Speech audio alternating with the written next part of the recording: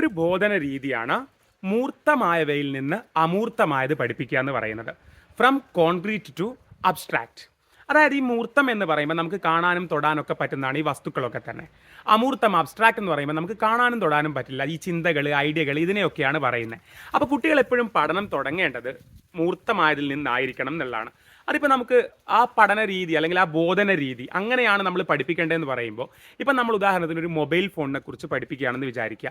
അപ്പം നമ്മൾ ഈ മൊബൈൽ ഫോൺ കാണാത്ത കുട്ടി ആണെന്ന് വിചാരിക്കുക. ആ കുട്ടികളെ പോയിട്ട് മൊബൈൽ ഫോൺ എന്ന് പറഞ്ഞു കഴിഞ്ഞാൽ ഒരു ഡിവൈസാണ്, ഈ ഡിവൈസ് കോൾ ചെയ്യാൻ ഉപയോഗിക്കാം, വീഡിയോ എടുക്കാൻ ഉപയോഗിക്കാം എന്ന് പറഞ്ഞു കൊടുത്തതിന് ശേഷം മൊബൈൽ ഫോൺ കാണിക്കുന്നതിന് പകരം ആദ്യം തന്നെ മൊബൈൽ ഫോൺ അങ്ങ് കൊടുത്തിട്ട് അത് തൊട്ട് കണ്ട് മനസ്സിലാക്കിയതിന് ശേഷം ഇതിൻ്റെ പേരാണ് മൊബൈൽ ഫോൺ, ഇതുകൊണ്ട് നമുക്ക് കോൾ ചെയ്യാം, നിങ്ങളുടെ രക്ഷിതാക്കൾ പലരും ഗൾഫിലുള്ളവരല്ലേ, അവരെ നമുക്ക് വീഡിയോ കോൾ ചെയ്യാം, ഫോട്ടോ എടുക്കാം, വീഡിയോ എടുക്കാം എന്ന് കാണിച്ചു കൊടുത്തു കഴിഞ്ഞാൽ അതായിരിക്കും കൂടുതൽ നല്ല ബോധന രീതി എന്ന് പറയുന്നത്. അതാണ് പറയുന്നത് ഫ്രം കോൺക്രീറ്റ് ടു അബ്സ്ട്രാക്റ്റ്. മൂർത്തമായവയിൽ നിന്ന് അമൂർത്തമായവയിലേക്ക് പോകാമെന്നുള്ളതാണ്. മനസ്സിലായോ? കൂടുതൽ സൈക്കോളജി പെഡഗോജി ക്ലാസ്സിനായിട്ട് സബ്സ്ക്രൈബ്.